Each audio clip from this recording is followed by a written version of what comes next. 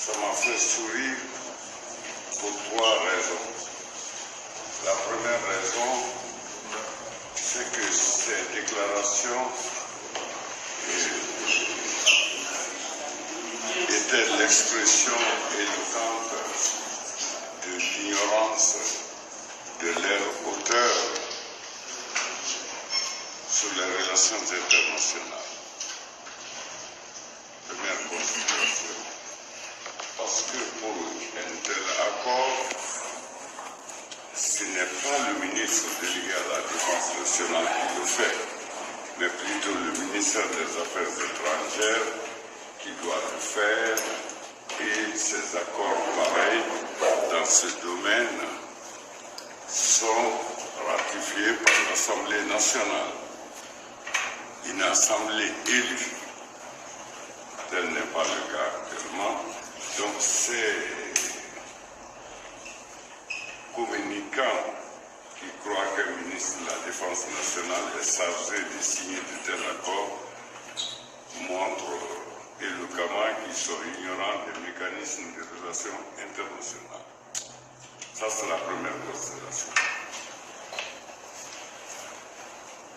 Deuxième considération, c'est chercher le pouls sur un crâne rasé. La République de Guinée, depuis la nuit des temps, notre pays a eu la chance d'avoir les plus grands leaders historiques avant l'indépendance, qui n'ont jamais accepté la soumission, qui se sont défendus. Chaque région de la Guinée a eu un résistant. Donc notre pays est très fort. De l'indépendance de la Guinée en 1958 jusqu'à nos jours, aucun pays n'a apporté un soutien de quelque nature que ce soit sur le sol guinéen pour la défense de notre patrie. De ça, lors de la crise de Congo qui a amené la mort de Patrice Lumumba, la troupe guinéenne était déjà au Congo. Ce sont les militaires guinéens qui ont conquis l'indépendance de l'Angola, de Mozambique, de la Namibie, formé les soldats de l'Afrique du Sud, libéré la Guinée-Bissau, mettre fin beaucoup d'États et aux guerres civiles à Sierra Leone, en Guinée-Bissau, au Libéria, intervenir pour mettre hors d'état de nuire Bob Dina au Bénin. Ce pays, croire que nous pouvons apporter une base militaire sur notre territoire, c'est vraiment trop ridicule. La Guinée est le seul pays qui a eu affaire à une puissance occidentale débarquée sur son territoire le 22 novembre 1970 et mettre ces puissances hors de leur territoire, sans aucun apport étranger.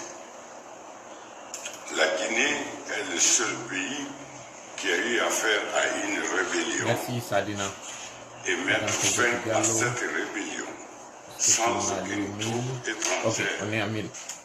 L'armée guinéenne.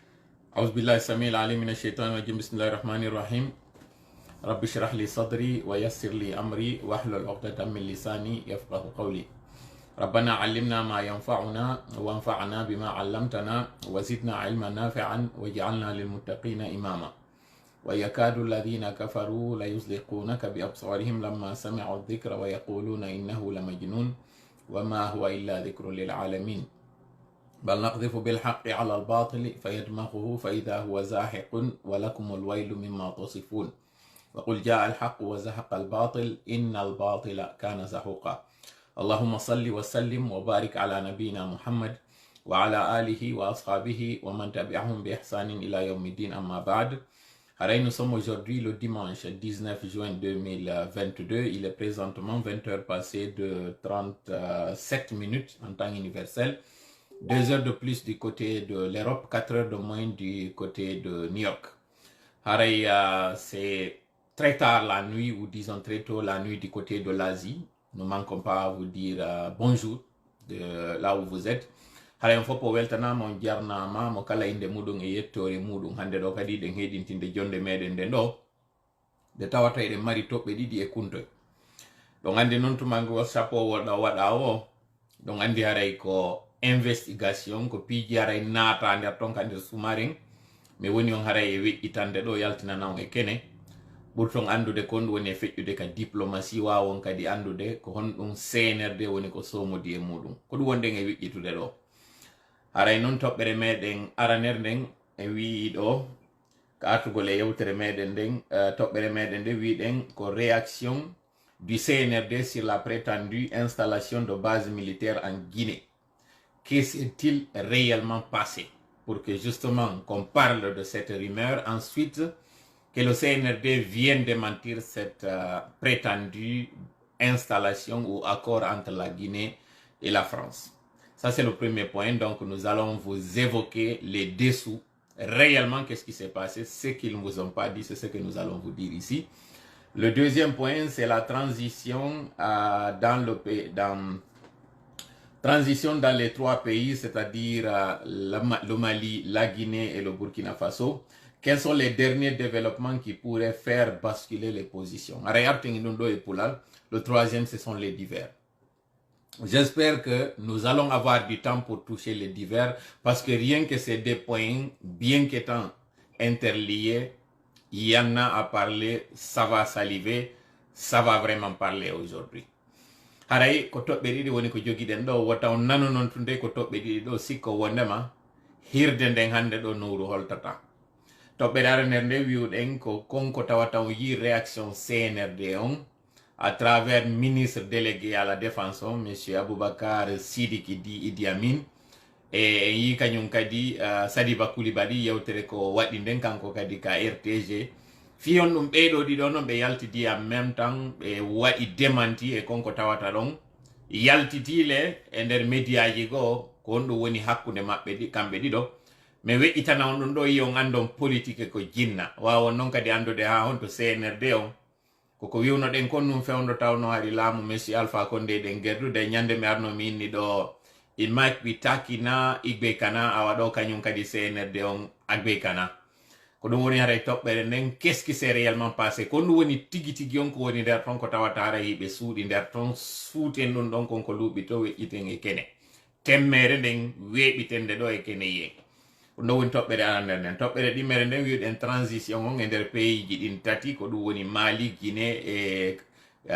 Burkina Faso ko ɗum woni dernier développement ji ɗin ko ɗum woni ko sakkiti waɗude ɗo ko tawata sabu ɗum ɗon ko kalanogo hande kadi worgitoto ton ma ɗum ka tawnoyino habborano ɗon o wondema ɗum ɗon hande kadi aray bonayi donc aray noon sakite moƴƴa yewtere nden par ce que mi faala nde ɗo kañum kadi yo nde hewtu jama o moƴƴa mi faala jama o yo humpito moƴƴa anda koye honɗum jooɗiɗen e muɗum ma ko honto fewdiɗen ɗo e cippiro ngo mi tori ke noon Allah yo hawrindina en sawaba ko moni e yewtude ɗo kon o newnananmi ideji ɗin par ce que ɗi ɗuuɗi ko ma ñoggen ɗi no mi wawa ñoggirde ɗi ɗo mi hewtinana on ɗo nanon no ɓuri e fewirde e nanugol faamon noon kañum kadi no ɓuri e foccorade e faamu o waɗa yewtere anden nde feewa o waɗa onon kadi faamu muɗum ngon o feppodira e konko feewi ɗon amin ya Allah si ɗum ɗon no waɗi hara yettemo kanko Allah sabu haray ko kanko woni ko moƴƴi e meɗen si tawi noon ko axe muɗum waɗi ande haray mi falju mi faayo ko min neɗɗo on haray kala ka tawata no oñima no ɓoyli haray wurtane en no mi wirno noon nde ñande wondema o Amin kañum monsieur Abakar Sidiki wiyete mi ronki laɓɓinde moƴƴa ko ɗum woni base on Amin on ɗon donc haray ande ko yewtere anden haray woni ko ɓoyli seeɗa ma ronkimmi timmirde ma mi falji haray onon falji to sina ɗum ɗon fof anditen seytane no wawi natude ka jonde meɗen ɗo o bonna komi wonno yewtude kon ɗengal angal ngal morto mi wola goɗɗum go ko tawata haray na ɗum ɗon ma ɗum o famina on onon ko tawata kon haray na ɗum ɗo wonno faali an o torike noon Allah yo Allah woɗɗimo ka jonde meɗen ɗo o waɗana en jonde nden barkinande o waɗana en hirde nden ɗo hirde nde tawata en fuɗɗike jam Allah kadi en lannito nde e hoore jam kala arɓe ɓen ɗo tawa ɓe mari kumpa yo Allah sabinɗinan mi wawa ɓe humpitude. kala arɓe ɗo ɓen tawa ɓe mari ande yo Allah sabinɗinan nden ande ɗon iwa. kala tawɗo on hara hino waɗi e jiɓi liɓi seeɗa yo Allah waɗu ɗo nde ɗe yewta ɗo gayni hara on jiɓi liɓi ɗon iwi amin ya Allah. Allahumma salli ala sayyidina wa sallam. haray hande ɗo kadi on nani titre on ɗo, on nani kadi audio o mo min zuynani on ɗo, mo tawata on non mi yaltinani on ɗi bananaji ɗo ɗiɗi. on jiɓoto joni ko on ɗum waɗi si mi yaltinani ɗi bananaji ɗo ɗiɗi. fiyon ɗon d'ailleurs mi yaltini banana, fiyon ɗon kadi ko bananaji ɗiɗi. fiyon wawa famude moƴƴa. waɗen ɗo aray proverbe ji tati ɗi wowɗen gollirde ɗin. hina hitande nde muluko moɗa to ni wojjata. ɗimmel muɗum ɓay en yewto e ka divers ji si a andi mo wonɗa e pirdude on no mari temmere, himo hulani nden temmere wota nde muynite huulu nden temmere makko ɗon ñoƴƴa e mayre ɗon. tammel muɗum kadi no woodi ko yewtete waɗetake, no woodi ko waɗete yewtetake. ɗiɗo fof son hawtidiri ɗon wawa famude ka jonde ɗo ɗinɗi mi accata ka yewtere ɗo, ɗinɗi wawoy ton kadi famoyde après.